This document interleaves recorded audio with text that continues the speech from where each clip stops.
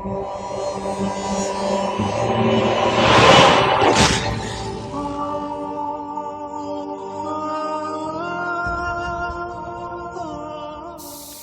بعد فقد قال الله تبارك وتعالى وقوله الحق وهو أصدق القائلين بسم الله الرحمن الرحيم يا أيتها النفس المطمئنة ارجعي إلى ربك راضية مرضية فادخلي في عبادي وادخلي جنتي صدق الله العلي العظيم. صلى الله عليه وسلم.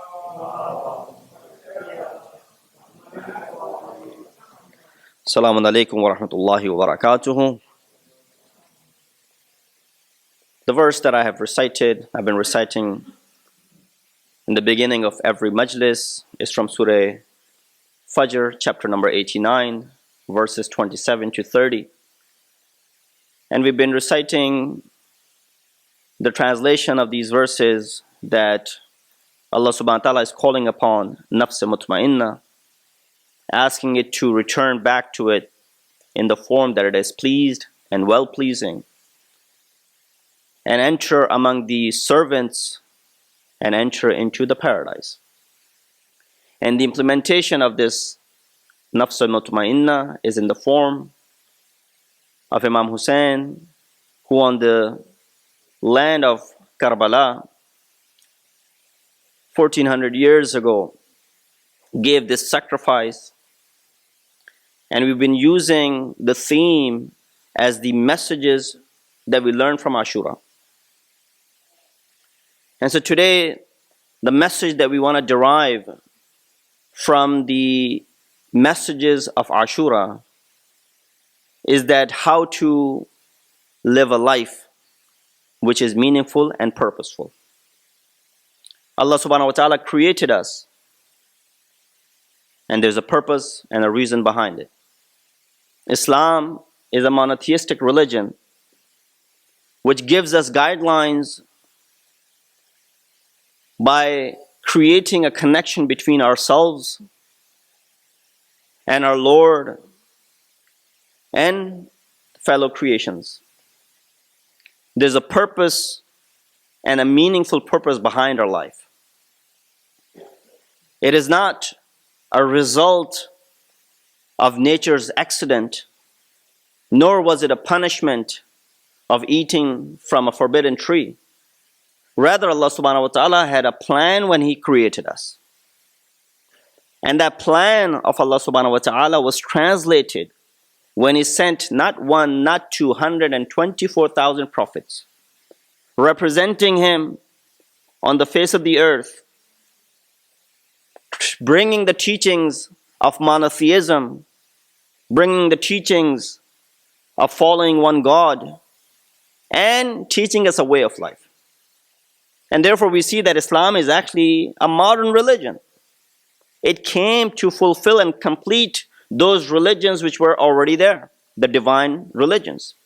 So in that regard, it's a very modern religion. And it gives a purpose to our life. Don't think that we are created, we'll be here for some time, and then we will leave this world without a reason. Any human being, rational human being, if they make something, if I was to create something, I would hold a purpose behind that creation. So how is it possible that when the All-Wise is creating, there wouldn't be any purpose behind it? That we come to this world, we spend life like the other creations, and then there's no accountability and we will not be tested. This is where the divine teachings come in.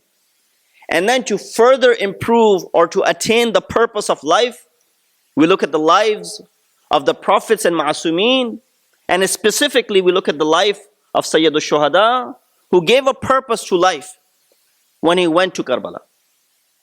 And inshallah, we're looking at some of the traditions from Sayyid al-Shuhada as to how we can adopt those things and to attain a purpose that he was trying to accomplish and he had given to us.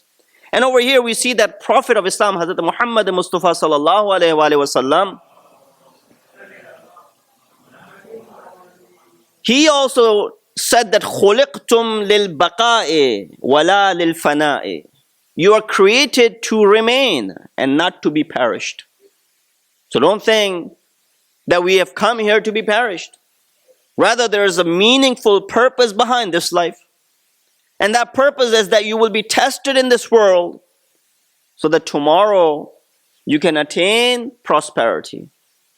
And with that purpose in mind, we look at the incident of Karbala and we learn from the messages from Ashura how to live what is known as Hayat-e-Tayyaba, a blissful life, a blessed life. We look at Ashura to understand where does the eternal life lies. How do we attain that eternal life?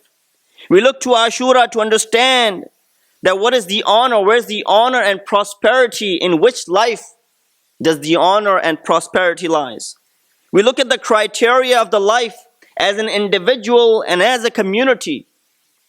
Where do we get the criteria from? Again, we look at the history and the life of Sayyidul Shuhada. And then we draw a boundary between humanistic and animalistic life. All of these things and all of these lessons can be derived easily by studying the life of Imam Hussein and studying the message that he was delivering in Ashura, in Karbala. And so inshallah we will go into this looking at some of the quotes from Imam Hussein. A scholar said that if our youth can understand the purpose of life, the why we should live, then they will understand how to live. Right?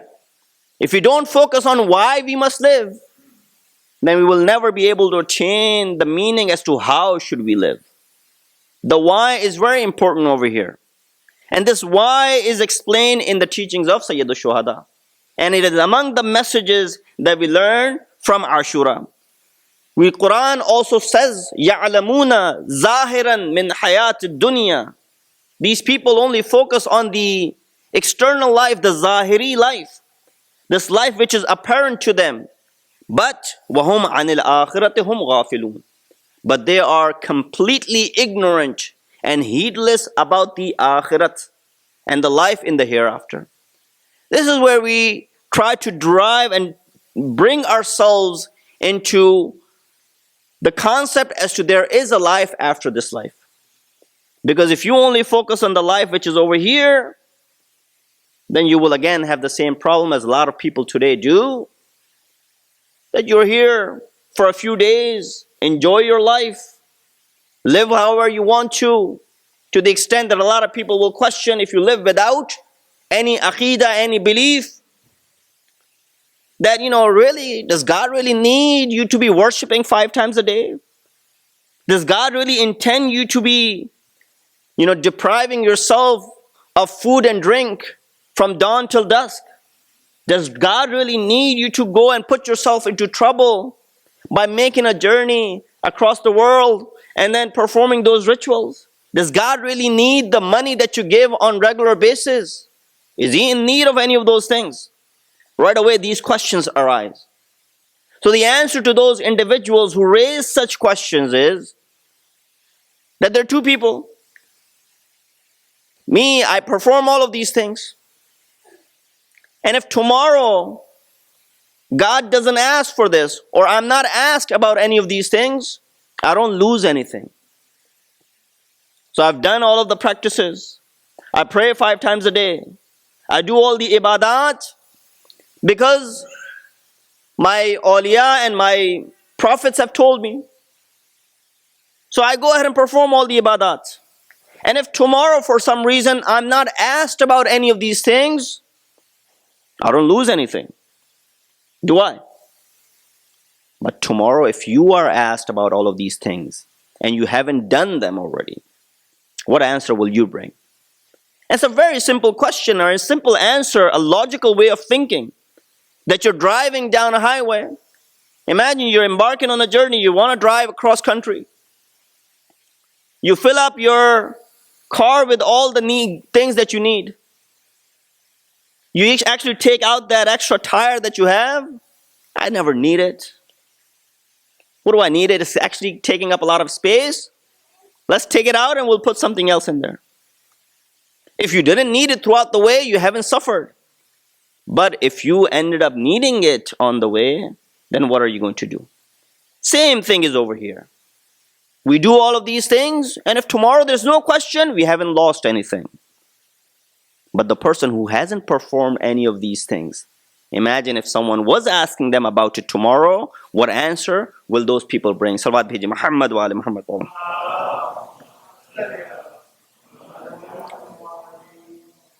So we see that life is spent with hereafter or the akhirat in mind, according to this ayat that I recited from Surah Rum, verse number 7, يَعْلَمُونَ. These people only know ظَاهِرًا مِنَ الْحَيَاةِ الدُّنْيَا, the apparent superficial realities of this life, وَهُمْ عَنِ الْآخِرَةِ هُمْ غَافِلُونَ. But they are heedless about the realities of the hereafter. Life is spent with hereafter in mind is a life well spent. If you can only keep the hereafter in your mind, that life is considered to be a life well spent. Real life is the one where you have done something. Deeds have been performed. It's not, life without action. It's not just life which has a span of years in it. It's actually a life where there's actually solid that has been done in it. That's why we see such a hadith which says, Al-alim bila amal, or ad-da'i bila amal, karrami bila watar. An alim, you have knowledge, or a person who's making dua without any action. It's kind of like this bow without any arrow. This bow and arrow, they go together. Each one individually will not have any benefit. And so a life is spent without any actions, without keeping hereafter in mind, is a life that has been wasted in vain. And so Allah subhanahu wa ta'ala, who is all wise, did not create human beings without a purpose. In fact, in many ayat of Quran, actually Allah questions these people who consider that we have been created without a purpose. So over here, we see that the life is spent in the ita'at and the obedience of Allah subhanahu wa ta'ala according to Quran and the teachings of prophets is a life which is worth spending. It's a life which has been spent well. Over here, I want to divide our discussion and we'll look at the first hadith from Imam Hussein alayhi salatu wa salam, salawat biji Muhammad wa al Muhammad. The Imam said the following before leaving for Karbala. And as he was leaving for Karbala, this is the explanation of the life that Imam has given. He says, إِنَّ هَذِهِ الدُّنْيَا قَدْ تَغَيَّرَتْ وَتَنَكَّرَتْ وَأَجْبَرَ مَعْرُوفُهَا فَلَمْ يَبْقَ مِنْهَا إِلَّا صُبَابَةٌ كَصَابَّةِ الْإِنَا. He said, indeed, this world has changed. This world has turned away. You have turned away from righteousness. Imam is talking about the life, and we're trying to derive the lessons from the kalam of Imam in regards to how do we spend our life. He said, indeed, the world has changed, turned completely around. Not the purpose that Allah subhanahu wa ta'ala had established and created it for. You have turned away from righteousness. Nothing is left from it. Maybe very little in the bottom. What Imam is trying to say to us, he's saying, you know how you drink from a glass of water, and then if there's some water that's left on the bottom, what do you do to it? You actually throw it away. So if you see someone has drank some water and you see these water glasses and cups laying around and there's some water in the bottom, what do you do to it? You don't drink it, you throw it away. He said life has become just that much. That's the importance of the life that has remained, and also the grass which has been chewed upon, the animals which have grazed from this grass, whatever is left from it, that's what life has turned into. What this life, do you want to go ahead and rely on this life? And this is the purpose that Imam Hussein ﷺ is given to us when he's embarking on this journey. He said, this is how world has now shaped up. This is what people have gone to the extent that they have completely turned this world upside down. So Imam ﷺ is saying life is inferior now. If you want to spend a life where there's someone who's changing the laws of Allah subhanahu wa ta'ala, this life is not worth anything. This life is haqir and this life is inferior. So we want to divide the discussion into 4 or 5 parts. We will look at a life which has to have beliefs, a set of laws in it.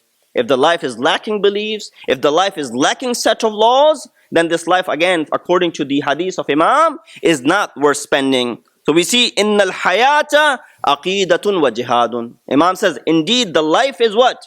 Is beliefs and jihad. It's a constant struggle.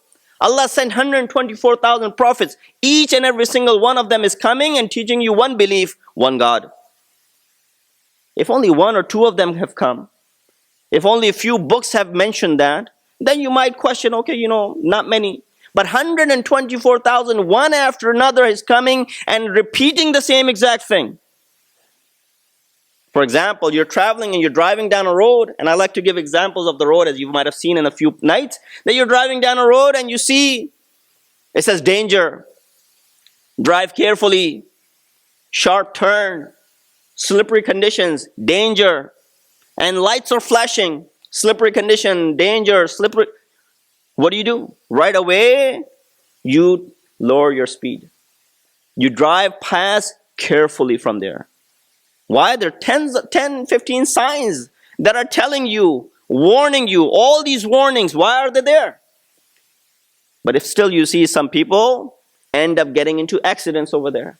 Why? They didn't pay attention to any of these warnings. What do you look at these people saying?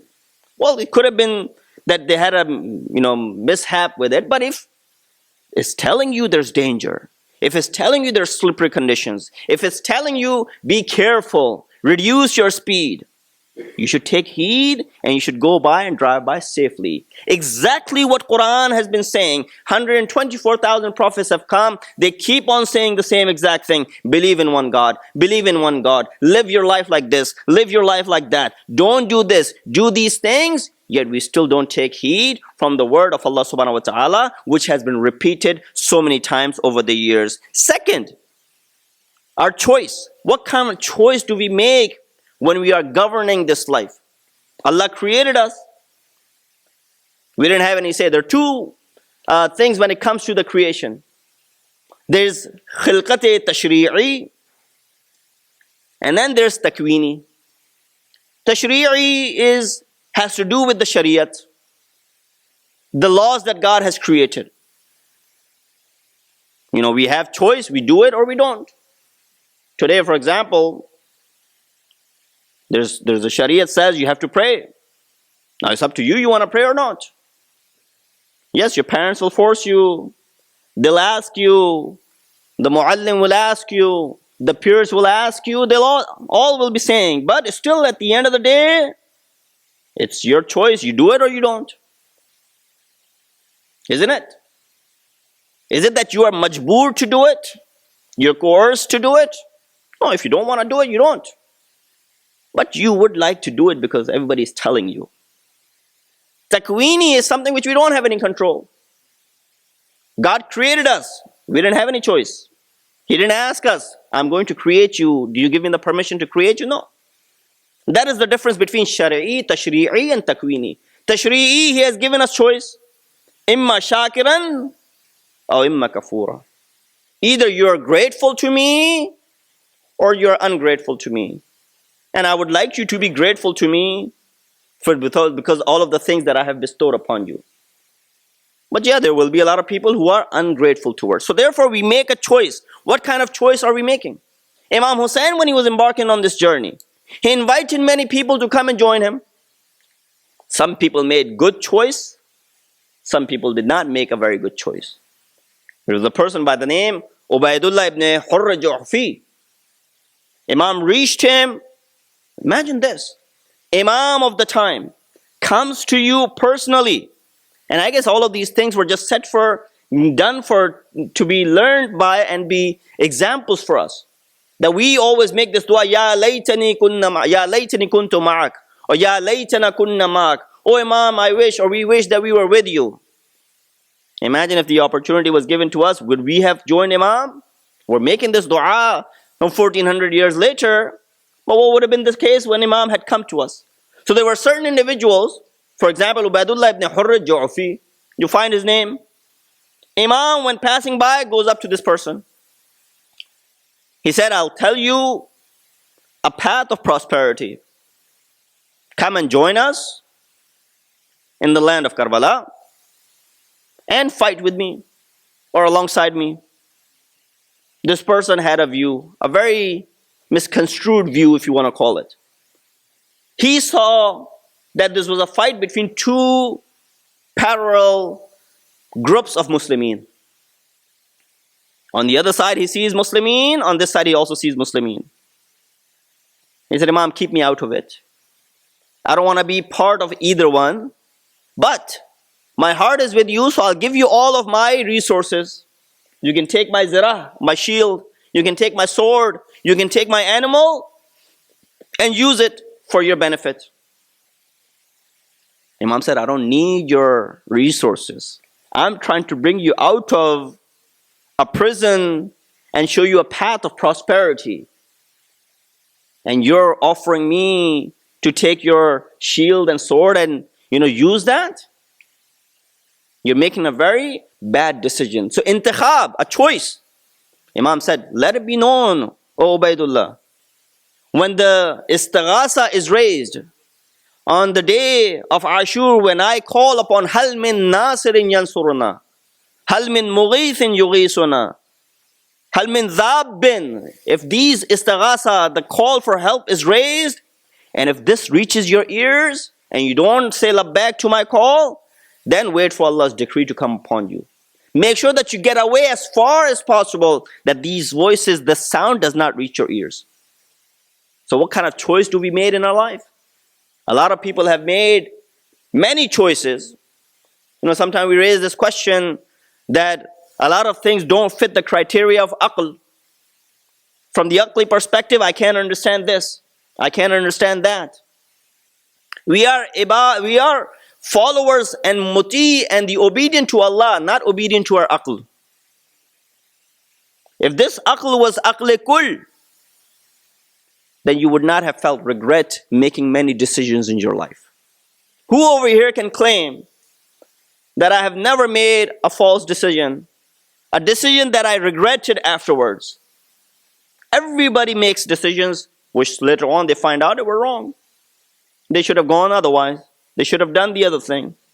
That tells you that this aql of yours is still relying on something else and someone else. And therefore, it's not enough. It needs someone else and something else alongside with it. That's why in our Shari'i law, we have 4 things from which we deduce the law. Quran is the first source. Hadith and Sunnat of Rasul is the second source. Third is the consensus. And lastly, we have aql. Lastly, we have aql. Aql is there among the things from which we deduce the law. Why aql is there? Because, at that time, only so many masails could have been explained by imams. But as the life has progressed, so many new things have come about.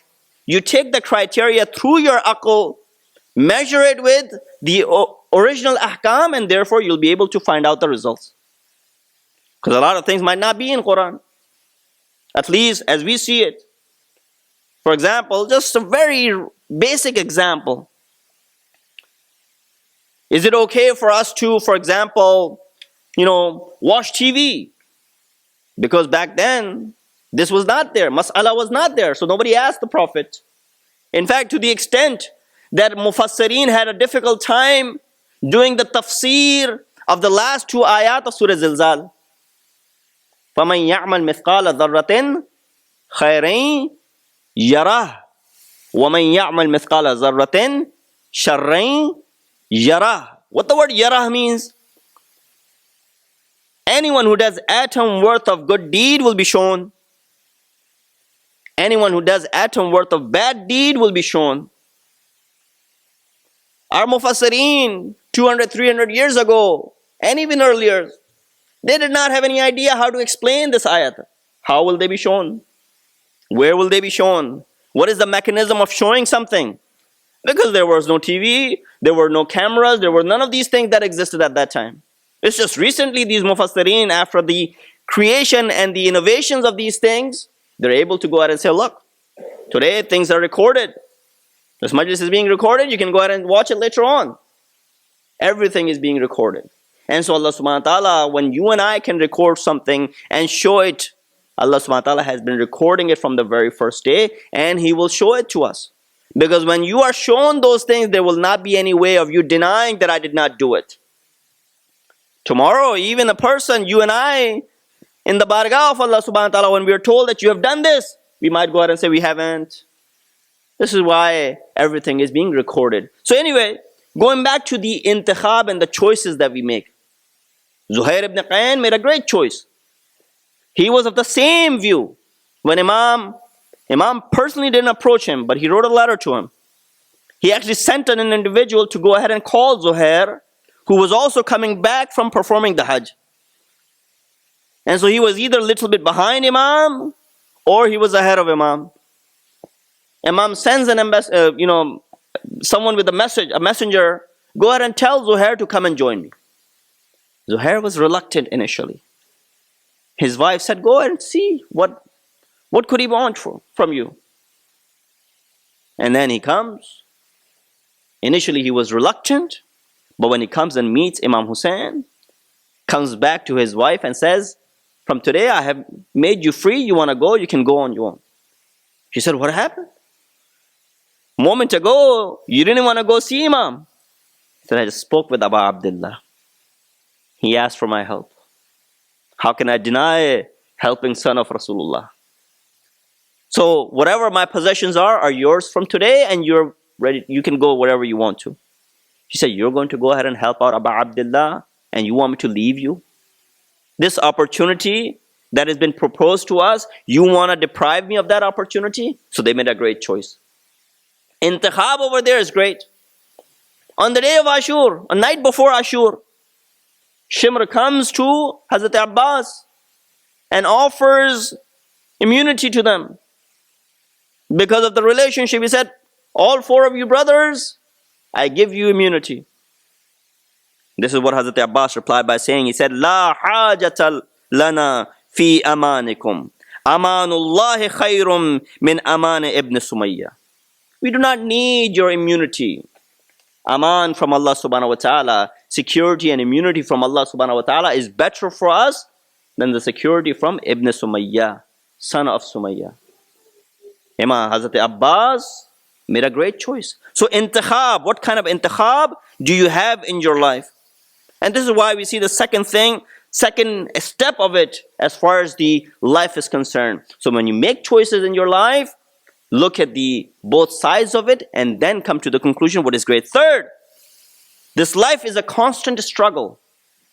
Imam alayhi wasalam points it out by saying, Inna nas abidud dunya. It's a constant struggle. That people are the worshippers of this world. He said, وَالدِّينُ لَائِقٌ عَلَىٰ أَلْسِنَتِهِمْ. And deen is only something which is, utterance of their tongue. As long as there's no problem, there's no real calamity, they're happy. إِذَا مُحِسُّوا بِالْبَلَىٰ قَلَّ الدَّيَّانُونَ. As soon as some sort of bala comes upon them, there are only very few who remain steadfast on religion. Quran also points out by saying, أَحَسِبَ النَّاسِ أَن يُتْرَكُوا يَقُولُوا آمَنَّا. Do these people say أَن يَقُولُوا آمَنَّا وَهُمْ لَا يُفْتَنُونَ? Do these people think that they will not, they have said, we believe in you, Allah subhanahu wa ta'ala, they will not be tested? No, this life is full of tests. There are a lot of tests every step of the way, but how you come out of these tests, how do you deal with these tests? This is what Imam alayhi wasalam is explaining over here when he says that as soon as some sort of bala comes upon these individuals, right away you see that there are lapses in their lives. But as long as there's no bala, as long as there's no test, as long as there's no tribulation, they're okay with it. And deen is only utterance of their tongue. Lest it be the case with us, that because we're not facing any sort of struggle, we're not facing any real trouble over here, no real struggle is in our life, that deen is also something which is utterance of our tongue. And as soon as some sort of bala comes upon us, right away, we start struggling. So this is the third thing we see, that the insan, every single person will be tested by Allah subhanahu wa ta'ala. He did not spare even the prophets. Hadith says, innal bala'a liz-zalimi, there's bala on zalim. Even the zalim is tested by Allah subhanahu wa ta'ala. But when zalim is tested, adabun, Allah subhanahu wa ta'ala wants to teach him a lesson. Innal bala'a lil mu'mini imtihanun. When a mu'min is tested, why? Because Allah subhanahu wa ta'ala wants to test a mu'min, that is he steadfast or not. Innal bala'a lil anbiya. Even the anbiya are also tested. Why? What does Allah subhanahu wa ta'ala want to test anbiya for? Darajatun. To test which one belongs at which daraja, which one has which sort of rank. Because when Allah tests these anbiya as well, some come out high up in ranks, some do not come out up high in the rank. And that's why you see the difference between the different prophets and the difference between the ranks of different prophets. But nonetheless, even you and I are tested, Zalimeen are tested, Anbiya are tested. So this life is full of struggles, as Imam alayhi salatu wasalam also mentioned. Salawat biji Muhammad wa ali Muhammad. And then, are we a nation, an ummat, which is alive, or are we a nation which is dead? Again, we refer to the kalam of Imam Hussein. He says, فَإِنِّي لَا أَرَى الْمَوْتَ إِلَّا سَعَادَةً وَلَا الْحَيَاةَ مَعَ الظَّالِمِينَ إِلَّا بَرَمًا. He said, I do not see, I consider death of martyrdom to be prosperity and life under an oppressor, I consider that to be humiliation. What kind of nation are we? Are we okay if there's an oppressor upon us, governing our life? Or are we the followers of Imam Masoom, who's saying that I would rather prefer death, and that is considered to be sa'adat and prosperity to me, than living under this humiliation of a leader such as this? Imam ﷺ, when he's embarking on this journey, he makes it, let it be known for the people that you are not standing up for this, but I cannot live this life under a leader, under a governor who is tyrant, who has broken all the laws, who has changed halal into haram, and who has broken off and turned away from the sunnah of Rasulullah. So Imam says, I would rather face death, because I'm not part of an ummat who's dead. Rather, I'm part of the ummat which is alive. So you and I are followers of the ummat of Imam Hussein. So therefore, our duty also is to be alive, as far as the Imam ﷺ is saying. Fifthly, we see that life without death. This life without death. Zindagi without marg. For example, if a person thinks that, they will be here forever, or a person thinks that this life that they have spent, this will be perished, nothing will remain from it. This is what Yazid was actually trying to do. When he stood up against Imam Hussein, he said, I will kill Hussein. And so, for example, when Hussein leaves, there will be nothing afterwards. Janab Zainab, when she was standing in front of Yazid, this is what she said. She said, Fakid kaidaka. Do whatever you want to. Do your evil if you want to. Was'a sa'yaka. Do all what you want to. Wa nasib juhdaka. And try as hard as you want to. She said, فَوَاللَّهِ لَا تَمْحُ ذِكْرَنَا وَلَا تُمِيتُ وَحْيَنَا. With all of these things that you are doing, our zikr will never end, and our struggle will not go quietly.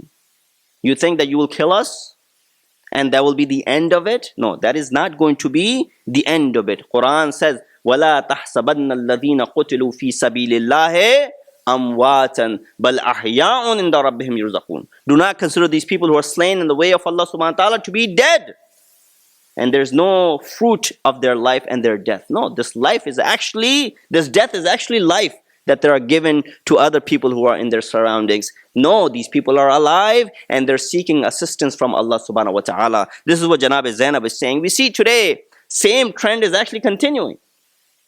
People think that by killing Imam Hussein, they will be able to remove the thoughts and the thinking that Imam had left.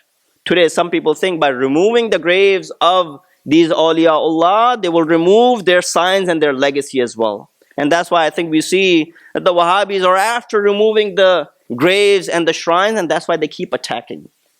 By thinking that, by removing these graves, they will go ahead and remove the message of them as well. No, the message will continue. This is the promise by Allah subhanahu wa ta'ala. Sixthly, we see that the being heedless about this life and the message from Imam Hussein and the fear of death that we have. There are a lot of people who fear death. We fear death. I fear death. All of us should be fearing death. But what kind of fear should we have? Is it a fear like in layman fear? Or is it alimana, a fear of an alim, a knowledgeable individual? One of the reasons why we fear this world or why we fear death is because we are not sure about the actions that we have done. Quran in Surah Jummah talks about it. When in fact Imam Hussein والسلام, will quote from Imam Hussein first and then we'll refer to Surah Jummah as well. Imam in this regard he says, وَعْلَمُوا أَنَّ الدُّنْيَا هُلْوَهَا وَمُرَّهَا حُلْمٌ. Let it be known that the sweetness and the sourness of this world is merely a dream. It's merely a dream. I'll explain why. He said, وَالْإِنْتِبَاهَ فِي الْآخِرَةِ. But you wake up in the hereafter. So don't fear this death so much. What did Prophet say? Prophet said that, mutu qabla an tamutu. Kill yourself, die before death comes upon you. What does that mean, die before death comes upon you? When death comes upon us, death is referred to as yaqeen. وَعْبُدْ رَبَّكَ حَتَّى يَأْتِيكَ الْيَقِينَ. Worship Allah until certainty and yaqeen has come to you. What is yaqeen? Yaqeen is death. Yaqeen is referred to as death. Why? Because when we die, everything will be clear. Clear crystal for us. A lot of things that don't make sense right now, everything will make sense at that time. So that's why death is referred to as yaqeen. Prophet said, mutu qabla an tamutu. Die before death actually comes upon you. What does that mean, die? That means wake up and have yaqeen and understand before you die, because at that time when everybody dies, you will all see the same thing. Problem is that you should be able to see it right now. Not when the death comes upon you. As the followers, you should be able to see that right now. Everyone can see the hellfire. When they die, everybody will be able to see it. You and I will be able to see it. Hopefully we only see it. We don't go in there. But we'll be able to see it. But the problem is, when Quran is talking about it in Surah Takathur, that you should be able to see لَتَرَوُنَّ الْجَحِيمِ, that you will see this Jahim. You will see the hell, that you will be able to see it today. When you're able to see it today, you're able to take heed from it. One of the reasons that we are fearful of the death is because of the actions, because of the sins that we have done.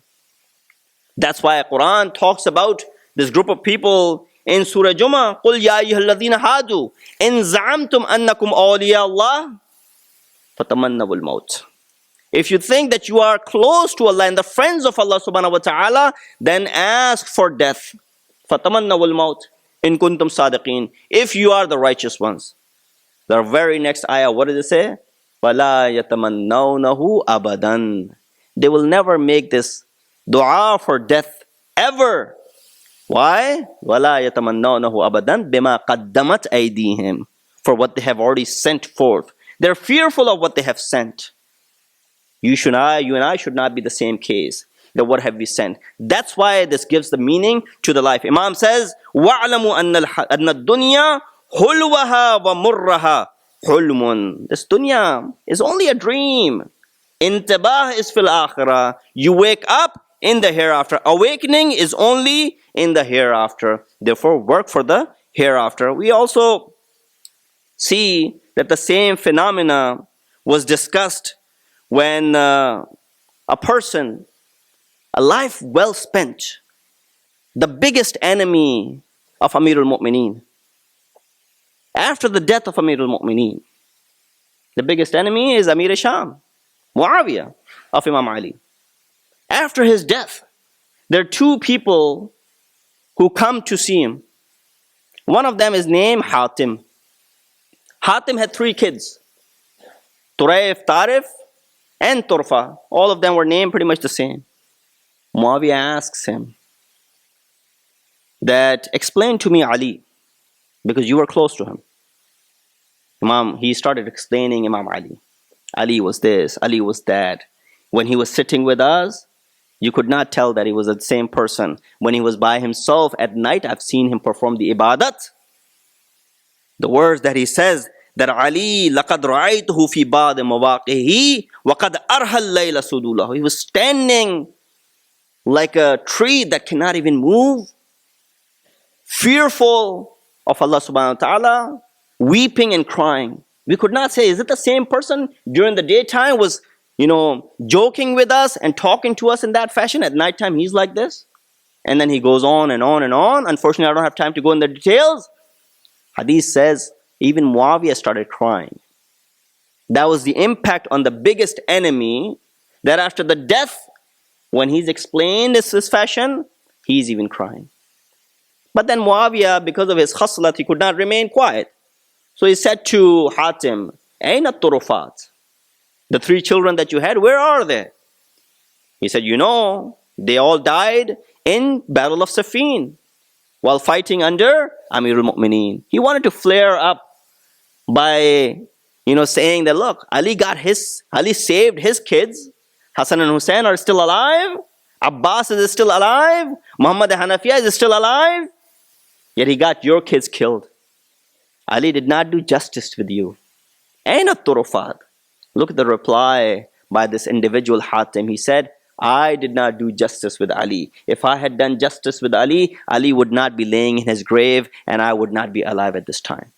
The fact that I'm alive and Ali is no longer, I have not done justice to Ali ibn Abi Talib. So live in a way that even your biggest enemy, and this is the life, and this is the lesson from Ashura, live in a way that even your biggest enemy, when you are talked about, is weeping and crying for you. Salawat bheji Muhammad wa ali Muhammad par.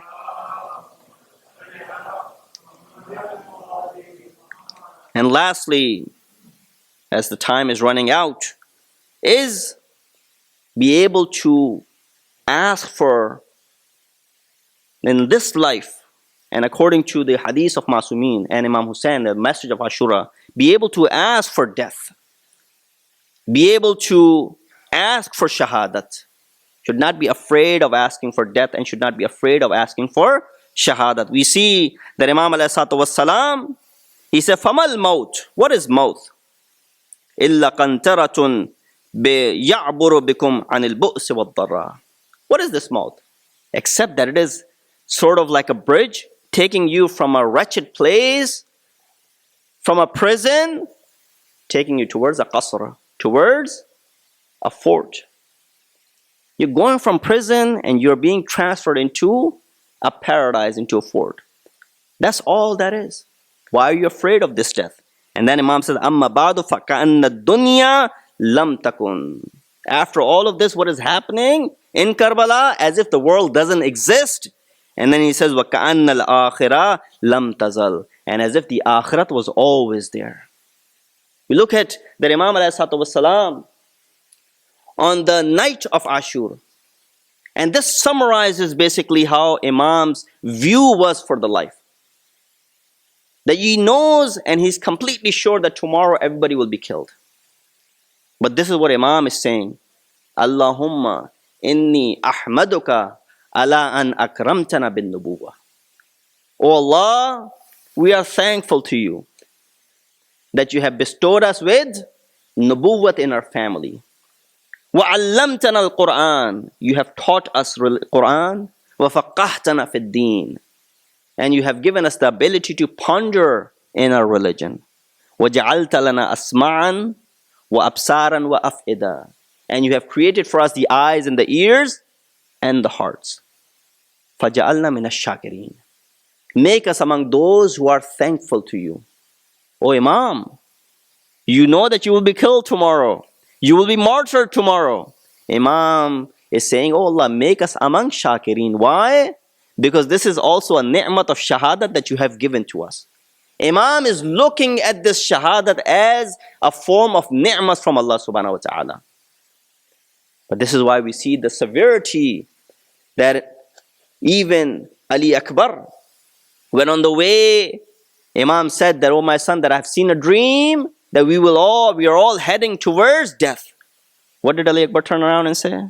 Ali Akbar turned around and said, Mawla, "O Father, if we are on the right path, if we are on haqq, then la ubalil maut. Then there's no worries as far as maut comes upon us. If it comes today or if it comes tomorrow." This is the jazba, this is the enthusiasm to be able to embrace shahadat. This is the life which is well spent. And the same Ali Akbar that we just mentioned is the son of Imam Hussein, who is among the first of the Banu Hashim that goes towards Maqtal. Ali Akbar is 18 years old. He's son of Layla.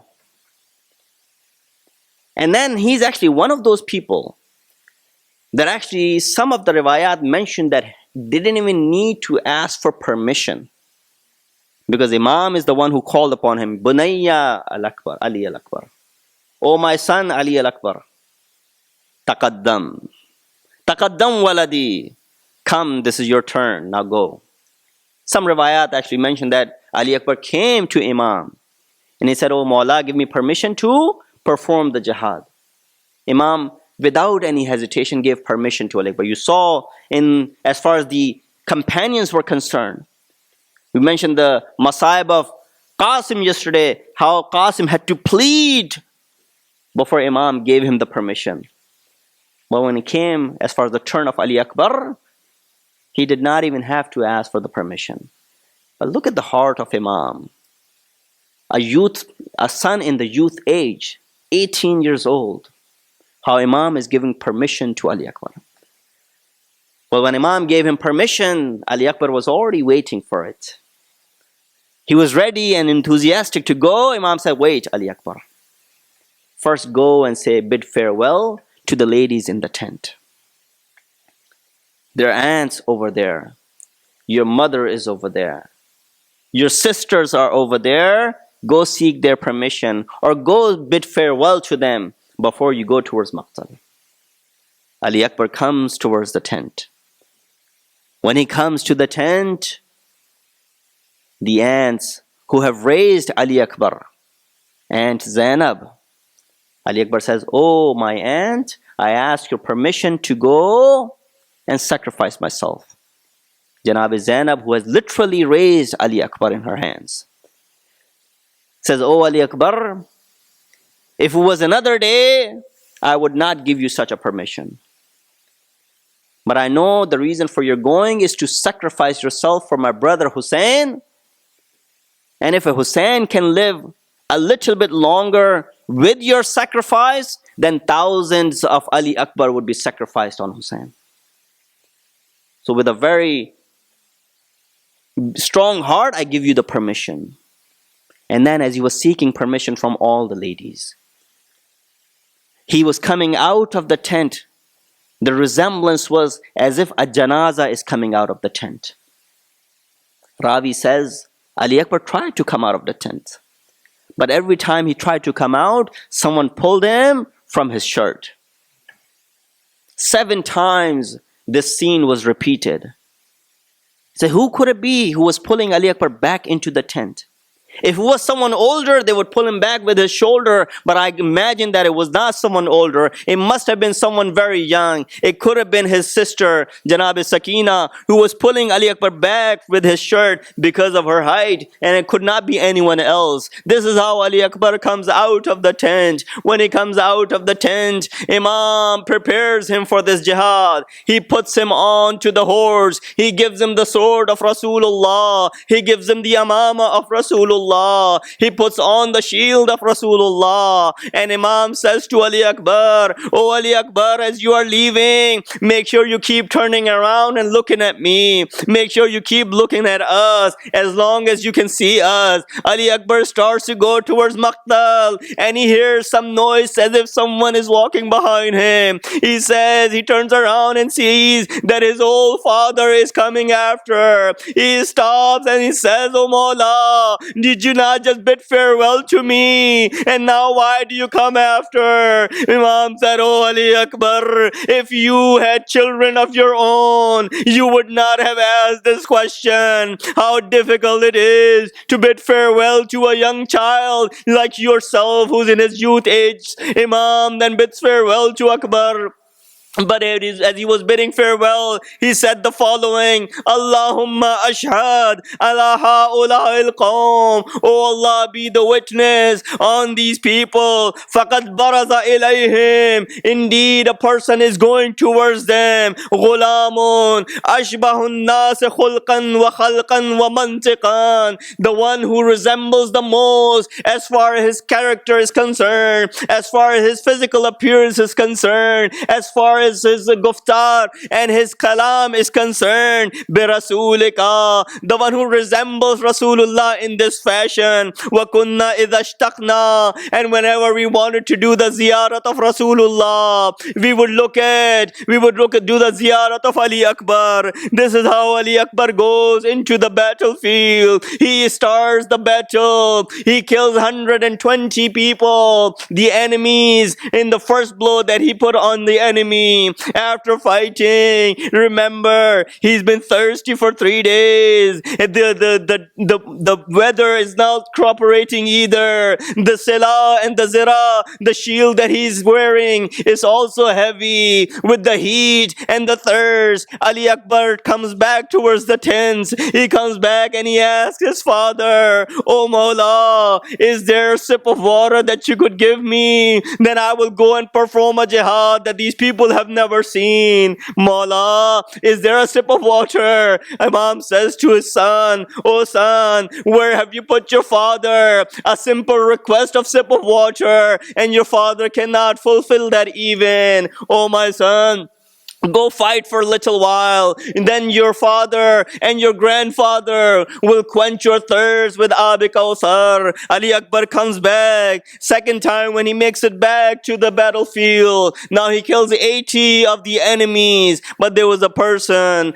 by the name Marra ibn Munqadhi Abdi. He says that I will strike a blow on Ali Akbar, and then he finds a way to shoot an arrow towards Ali Akbar. As soon as he shoots an arrow towards Ali Akbar could not remain onto the horse. He stumbles down, but he doesn't come down all the way onto the ground. This was the problem, that Ali Akbar did not make it onto the ground. Had he come down onto the ground, he would have been able to stand up, but he remained in mid-air, in between the ground and his horse, and the horse was taking it towards the enemies. This is how enemy was able to come upon Ali Akbar. They struck from all sides, and this is where Ali Akbar, instead of calling for the help to his father, knows what his father has gone through all day long. Instead of saying, "Oh Baba, come for my help," all he said, "Ya Abata,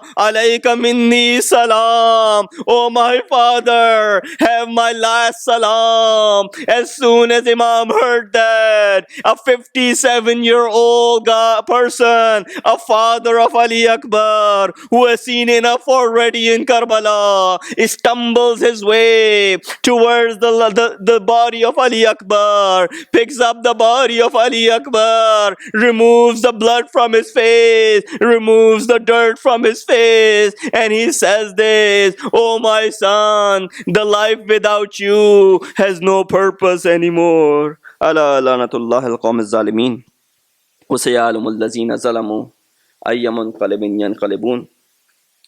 Allah, accept our prayers tonight. Allah, we have committed a lot of sins. Please forgive our sins. Allah, give us the opportunity and the strength to be able to follow the commands and the teachings of Masumeen alayhi salatu wassalam. Allah, hasten the zuhur of our weighted Imam, and make us among the helpers and the soldiers of Imam. Wa akhiru da'wana alhamdulillah rabbil alameen. Mata min Hussain.